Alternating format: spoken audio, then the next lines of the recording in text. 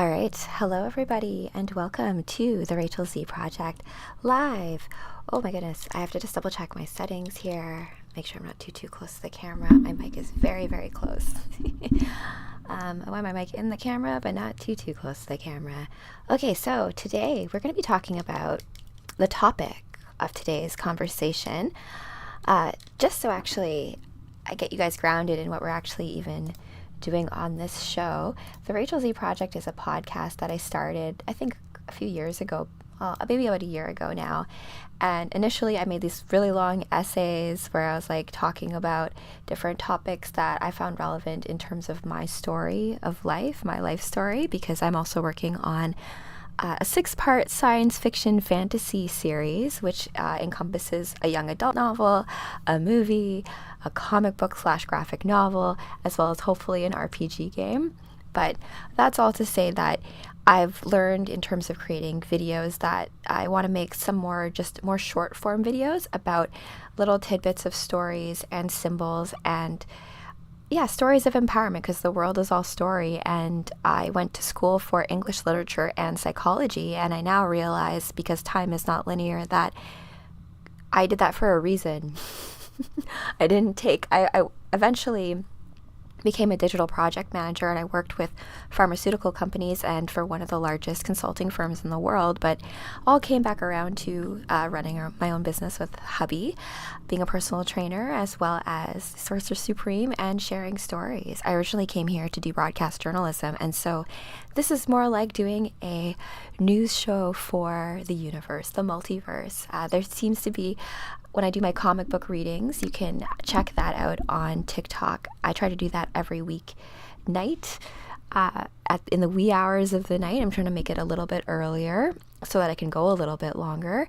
And in those comic books, you always find that even at the end of the universe, at the end of the multiverse, that there seems to always be a reporter there, like reporting on it. So, hey, speaking of stories that we find empowering, I'm going to go into what we're going to be talking about today, which is the Force and Manitou, and then the Great Spirit, which I sometimes refer to Wolfie as the Great Spirit of all wolf spirits. But we'll get into all of that in just 2 shakes. I'm going to go into sharing my screen, and hopefully you'll be able to get the sound as well. So you can see here, I'm going to go into defining our terms. What is the Force? And I am speaking about the Force in terms of Star Wars fame, right? What is the Force that the Jedi and the Sith both use?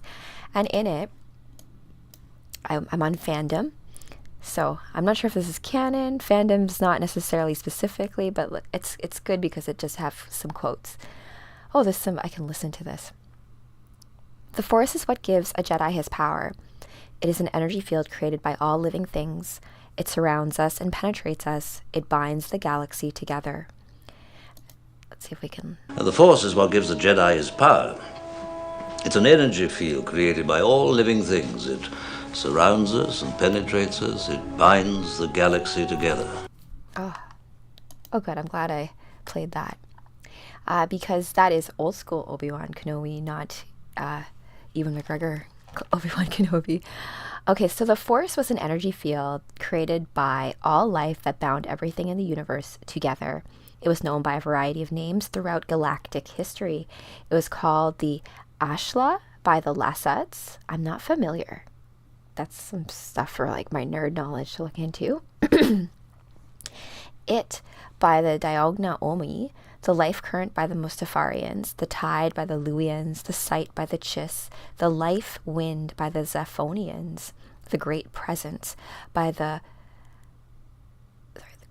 Pathfinders of the Chaos, the luminous mist by the Mistweavers, the unity by the Sorcerers of Tund, and as the beyond by the Magi's and her people. The Force was created by life and therefore resided in all life forms. It was especially powerful in a select group of individuals who are born with a high concentration of midichlorians. So this is how they explain the fact that some have a high concentration of the Force, and they kind of play this sounds like mitochondria, right? So if we think about our body, we have mitochondria, which are the energy packs in our body. And so when you lift weights, when you do any of those things, the health of your mitochondria is very much attuned to your ability to actually perform anything. So there's a there when it comes to the connection here. In A Wrinkle in Time, my friend Joanne talked about as well how, I forget what character it was, had a conversation with their own mitochondria. And so there's something there about our bodies being sentient, and all of us, like if we think about, I like to look at this as like a relation to our bodies, right? So if we think about all of the cells in our bodies, they're all you, right? Your heart is you, your brain is you, your feet are you, but it's not like they run around going like, I'm a separate foot, you know, you're Rachel's foot, but you're also a foot. So there's just like, I think that's like a way to understand like us all being part of the all and the one, and how the force is related to that, and our awareness of what that is allows us to harness that power. Back to the force, let's make sure I catch all of this stuff here. So midichlorians, I'm not a big fan, like I'm building my own world right now, so it's good to have explanations for things, but I'm not the biggest fan of this explanation. Please comment what your thoughts are about that. So microscopic intelligent life forms that formed a symbiotic relationship and communicated the will of the force to their host in their blood. These people were deemed force sensitive, ever capable of consciously sensing the force. With this conscious sense of the force came the ability to harness it, allowing force sensitive to access various force powers. Unlike organic beings, droids and other artificial constructs existed outside of the force. Now this differs from Manitou in that sense. As such, they possessed no connection to the energy field that was created and sustained by life, although they could be affected by the physical manifestations of it. That's a good way of explaining it, how artificial constructs would not necessarily be able to wield the force. It's a biologic, organic type of energy. It's attached to life, right? So let's see here. Apart from the scientific aspect, the force was the basis of various religious organizations who held differing views to the nature and purpose of the force. This included the Church of the Force, the Guardians of the Wills, and notably the Jedi and Sith orders. In addition, the Lasats believed that the force was the spirit of the galaxy. Interesting. Okay, so what is this Church of the Force situation? Okay. The temple was home to the Church of the Force, a group whose followers had no force sensitivity yet still chose to follow the teachings of the Jedi Order. Okay, so they believed in the Jedi Order, but they themselves were not force sensitive. And I guess that's a way of explaining why some people have superpowers and some people do not. And in this time, as you guys know, if you've been joining me for my live comic book readings, I'm a big fan of using astrology and figuring out how we can express superpowers in this 3D realm. We have a lot of clues left behind by stories and books and literature and symbols and all this in order to express that. But I've also said that a lot of it comes from practice and wielding it, like what seems like magic or a special super strength power. Like for me, lifting weights, I'm pretty strong. I can squat quite a bit. I can squat more than most guys can, and deadlift like 2 plates and stuff. Not recently, but I can. But that type of expression doesn't just, you have that potential, but unless you train in that way, you're never going to be able to express what that gift is. So I relate that to this, right? So you're going to have force sensitivity as it comes to certain pathways for you. That's the way I look at it.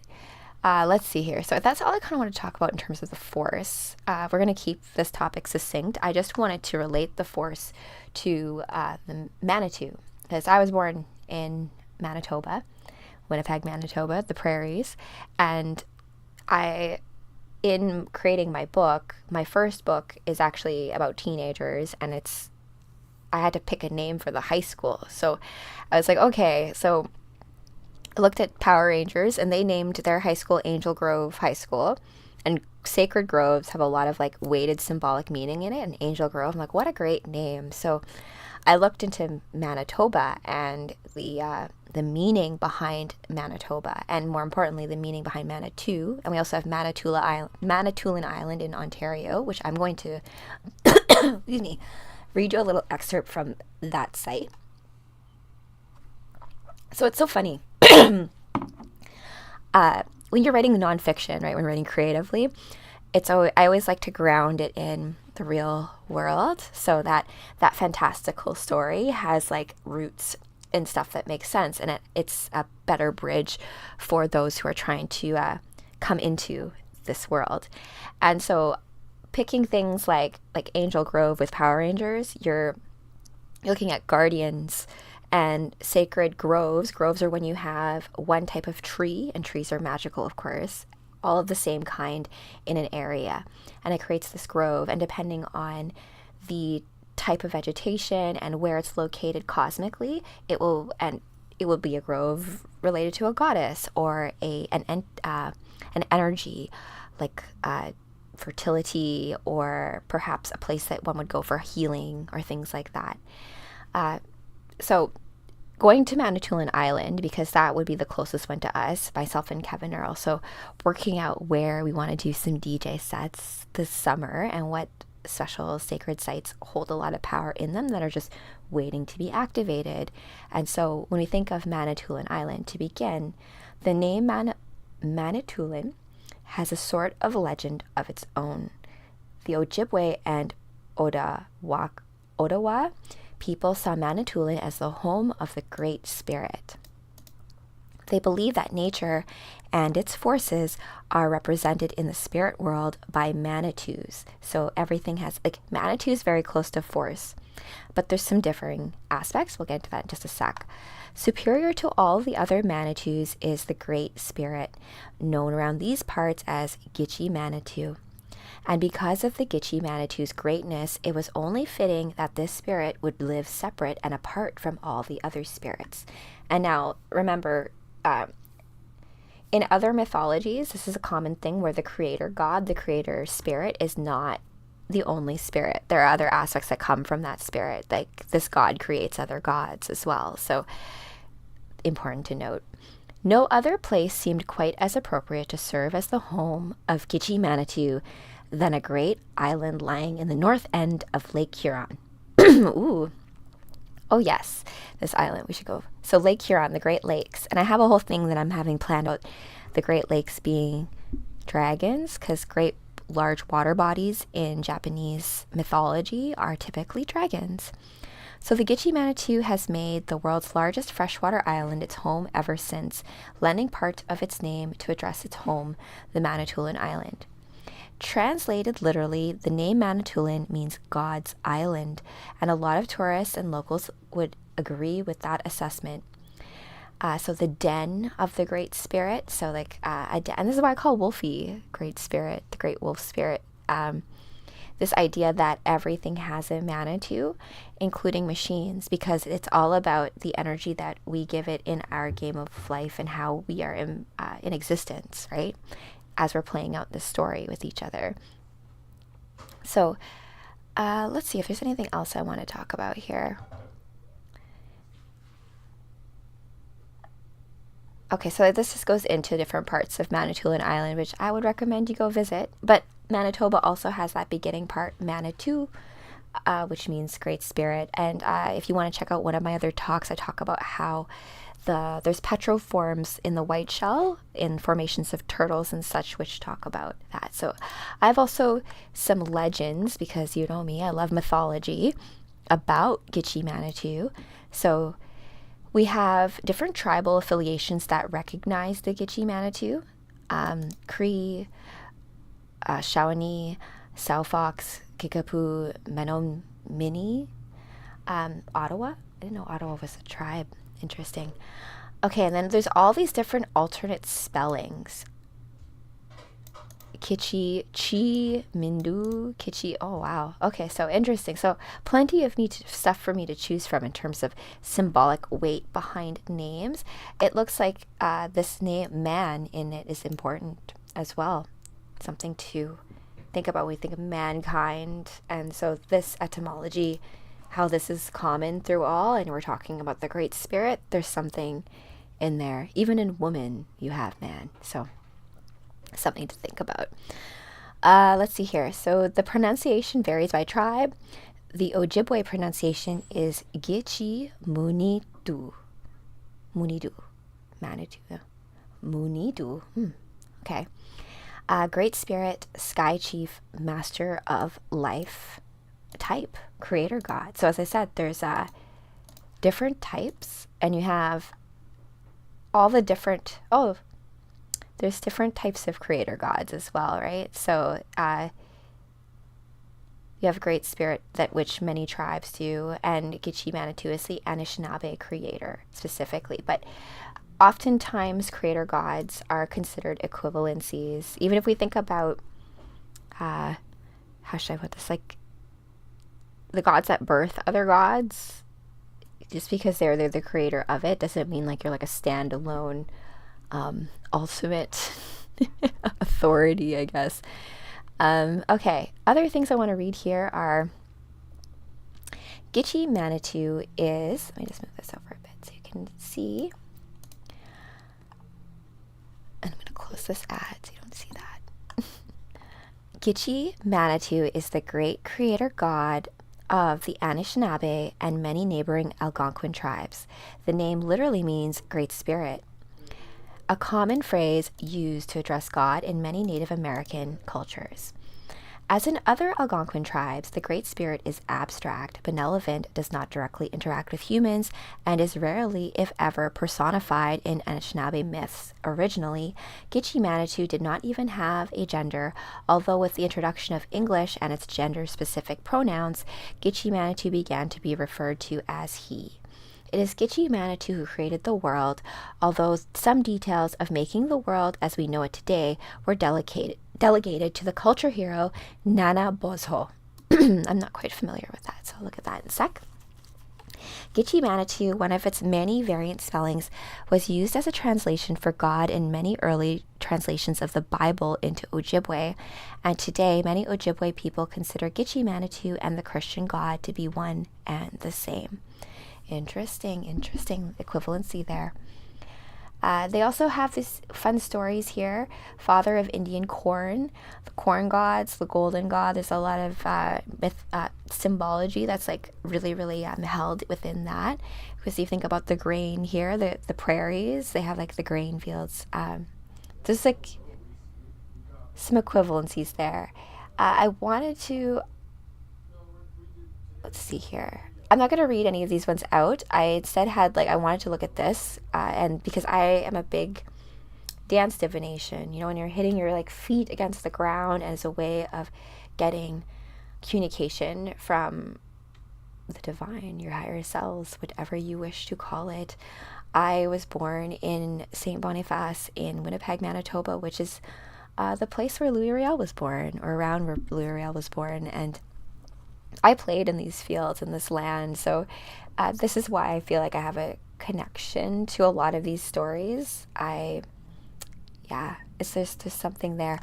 So I just wanted to do a little talk on, let me just show you what I was showing here too. Like I was looking at like my own little Filipino folk dances, and if there's a way to kind of like bring that here, because a lot of this like for example, tinikling is a folk dance, which is inspired by the movement of the tickling birds, and so this idea of like giving homage to nature.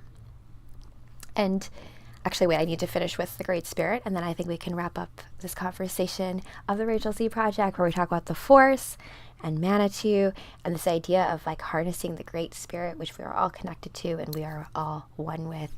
So the Great Spirit is an omniscient, supreme life force conceptualized as a supreme being or God. The Great Spirit is a central component in many, but not all, Indigenous cultures in Canada and the United States. So this idea of, yes, I said a creator God, and the idea of the great mystery, and just being aware of like, I don't know, I don't have to know. We can tell a story, and you may not get the story right away, but later you'll be like, aha, I understand, that kind of thing.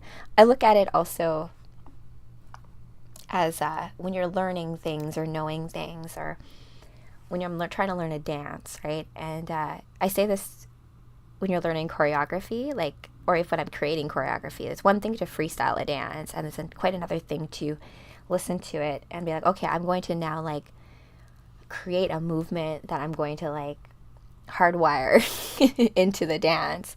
And once that's done, you're encoding your body's movement to a specific notes in the song, right? So it's just interesting, right? Because I've been dancing for many, many years. I know very many dances that both I've created and both teachers have created, friends have created, and like you learn them. And in learning them, you don't learn them in like this conscious mind. Your body learns them. Sometimes I used to learn certain dances or certain songs rather are very popular with dancers or to create songs to. And so it's just funny, like your cells in your body, because let's say you practiced a particular part of the dance so many times that when you hear that part of the song, you'll just automatically do it.